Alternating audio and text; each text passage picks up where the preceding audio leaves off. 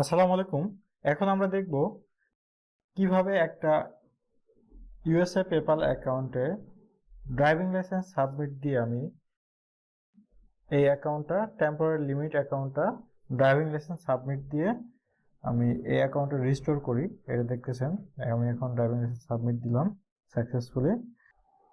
তো ডকুমেন্টটা আমার রিভিউ নিল। তো এই হচ্ছে আমাদের অ্যাকাউন্টে টেম্পোরারি লিমিটেড ছিল। এরপর হচ্ছে আমি এখন মেইলটাকে চেক দিব, ইনবক্সে চেক করব।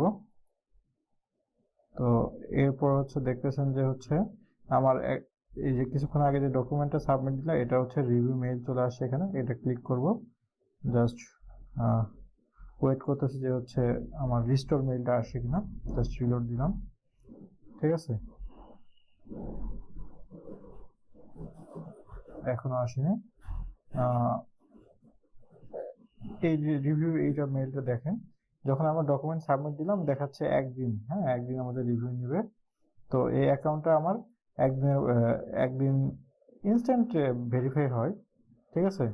তো আমি দেখেন এই যে জোসেফ জোসেফ নামে যে অ্যাকাউন্টটা আছে এটা হচ্ছে জোসেফ থেকে আমি পেপাল থেকে মেইলটা করছি, অ্যাকাউন্টে রিভিউ নিছে।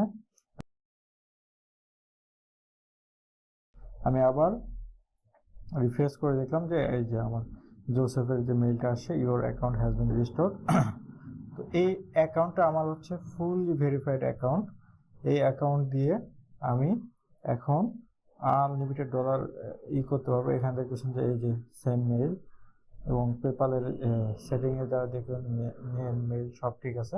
তো এই অ্যাকাউন্টটা এখন ফুললি ভেরিফাইড। আমি হোম বাটনে ক্লিক করে দেখবো যে এখন হচ্ছে কোনো ধরনের লাল কোনো মেসেজ নেই উপরে।